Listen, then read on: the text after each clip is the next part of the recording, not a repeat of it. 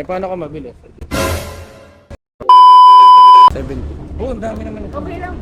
Nice. Mula nga sa Cavite, napadpad ako ng Quezon City. Hindi ko kabisado ang lugar na to, kaya nagtatanong-tanong din ako sa sakay ko. Tapos kala ko mauuto ko si ma'am ng balikan. Kala kasi namin sarado yung post office, yung pala hindi. Kasi nga kung sarado yung opisina na pupuntahan niya, matik yan ako ulit magkakatid sa kanya pabalik sa pinanggalingan niya. Kaya nagtanong pa kasi ako sa guard, kaya tuloy nalaman niya bukas. Yung pala ngayon? Wala. Wala. Postal ID? Ayun, meron sa inyo. Eh, paano pagpauwi mo mo? Magbubuk na lang po ulit. Mabilis lang Pupunta ba po yun? kasi ako Mabilis sa lang ba SM. kumuha ng ID? Ay, hindi. Ala kuya, baka makagal po. Wala naman akong gagawin dito. Baka matagal po. Eh, paano ka mabilis? Eh, paano kung hindi? Ano no? Kasi mag-ano po. Ayan kuya.